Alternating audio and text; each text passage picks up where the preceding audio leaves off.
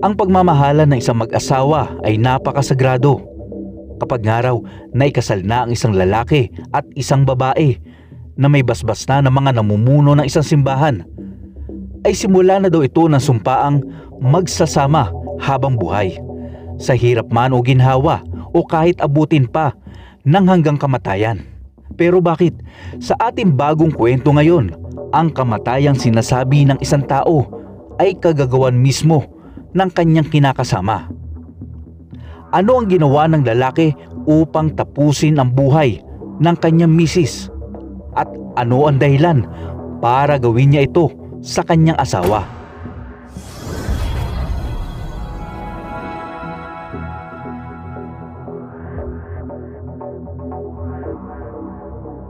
Ang lalaking si Hakan Aysal, 41 taong gulang, ay may asawang nagngangalang Semra Aysal na 32 taong gulang naman.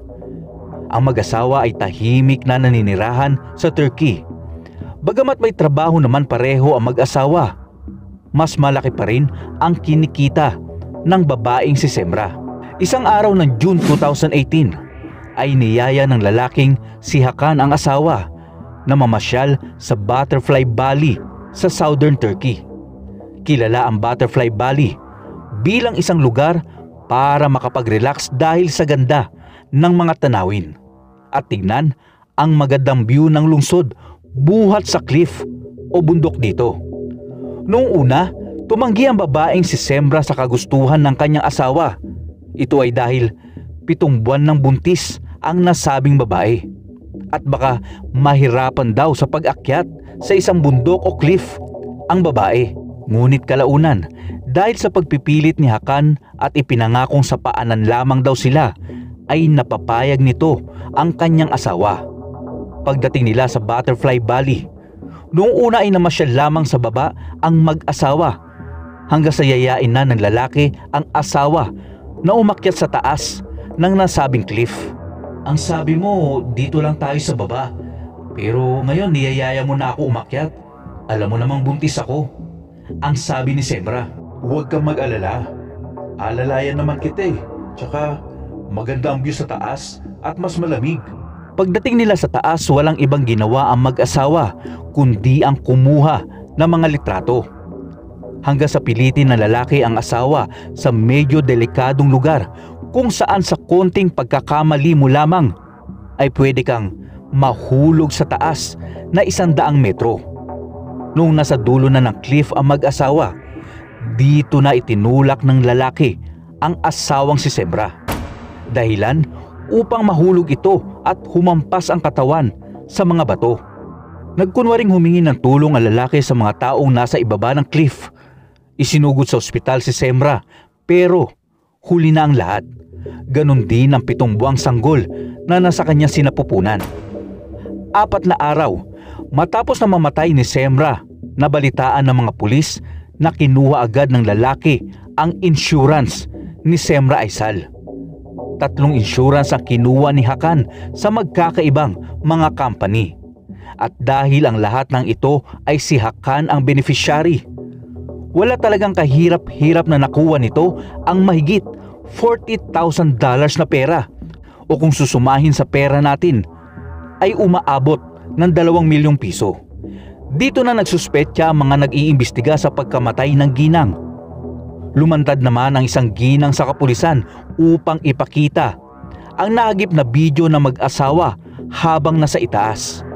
Nagbibideo daw kasi ang anak ng saksi at nakuhanan sa video ang tila pamimilit ng lalaki sa kanyang misis upang puntahan ang mabato at mas delikadong lugar. Ngunit hindi na nakuhanan ang mismong malagim na pangyayari. Ayon din sa ginang, napansin na nila na parang iba ang ikinikilos ng lalaki noong makita nila ang mag-asawa. Malikot daw ang mga mata nito na tila minamasdan ang paligid. Si Sait naman na isa sa bumuhat sa biktima at tumulong ay napansin din na tila wala lang ang pagkamatay ng asawa ni Hakan noong araw na yun at kalmado daw ito na parang walang nangyari at ni hindi man lang daw ito tumulong sa pagbuhat at pagre-rescue sa kanyang asawa.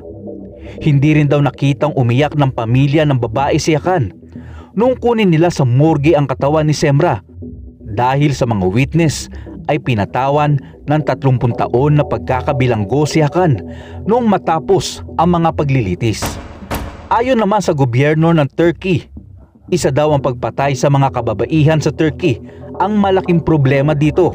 Sa katunayan, noong taong 2021, 280 na mga kababaihan na may mga asawa ang pinapatay ng mga kalalakihan. Sa bansang Thailand naman, ganito rin ang nangyari sa isang Chinese na babae na si Wang Nan. Noong June 2019, sila ng kanyang asawang si Yu Xiaodong ay namasyal ng Thailand buhat sa China. Noong nasa Pattaya National Park na daw ang dalawang mag-asawa, ay napaka-sweet pa ng dalawang ito. Dahil wala naman talaga silang problema sa isa't isa. Sa katunayan pa nga, ang lalaking si Yu ay malambing talaga sa kanyang asawa. Ang park na kanilang pinuntahan ay meron ding cliff o mataas na bahagi na gustong-gustong puntahan ng mga turista dito. Noong nasa cliff na ang mag-asawa, ay biglang itinulak din ng lalaki ang buntis na asawang si Wang Nan sa isang cliff na may taas na 35 metro. Sa taas na 35 meters na pinagbagsakan ng ginang ay nagkaroon ito ng 70 na fracture sa kanyang katawan at nagkaroon din ng 200 mga stitches sa kanyang braso at tagiliran. Himalang nakaligtas ito sa kamatayan pero nawala ang batang na sa kanyang sinapupunan. Noong nasa ospital ang biktima ay andun din ang magaling nitong asawa at busy din sa pag-aasikaso dito. Kaya hindi naghinala ang kapulisan sa pagpapanggap na ginawa nito dahil ang sinabi ng lalaki na isang aksidente daw ang nangyari. 2 linggo din kasi na hindi nakausap na maayos ang babae dahil sa kanyang sitwasyon kaya hindi siya makuhanan ng detalye. Isang araw, noong kinaya na ng babae makapagsalita ay pasigaw na kinausap nito ang kanyang asawa. "Bakit mo ko itinulak? Bakit mo ginawa sa akin yon? Tumigil ka at huwag mo ko isusumbong sa mga pulis kundi mananagot ka." Ang tugon naman ng lalaki. Samantala, dahil nasa Thailand sila at walang makaintindi ng pag-uusap ng mag-asawang Chinese, ay hindi alam ng mga tao dito ang nangyayari. Hanggang sa isang araw, habang wala ang lalaki, ay kinausap ni Wang Nan ang kanyang doktor at ikinuwento dito ang buong pangyayari. Sa pahayag ng biktima, bago daw itulak siya ng asawa, ay sinabihan pa siya nito ng goto. Kagad naman na nag-report ang doktor sa kapulisan at pagbalik ni Yu Xiaodong ay inaresto agad ito.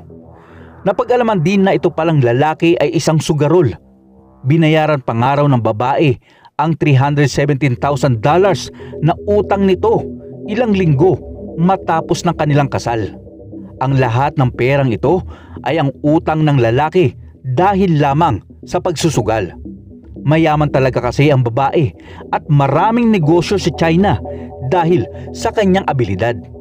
Gayunpaman, inamin ni Yu na kaya niya nagawa ang bagay na yon sa kanyang asawa dahil may mga panibago na naman siyang utang dahil sa sugal. Ito lang daw ang naisip niyang hakbang para mapasa kanya ang lahat ng pera ng kanyang asawa. Gayunpaman, si Yu ay nahatulan at makukulong ng 33 taon sa piitan. Kapag pera talaga ang pinag-uusapan, minsan hindi na naiisip ng iba kung ano ba ang tama at mali. Humahantong pa nga minsan na dahil sa pera ay kayang-kayang saktan ng isang tao ang kanyang pamilya. Kayo, naniniwala din ba kayo na ang pera minsan at pagiging gahaman ang nagiging ugat ng di pagkakaunawaan ng isang pamilya? I-komento nyo lamang po sa ating comment section. Maraming salamat po.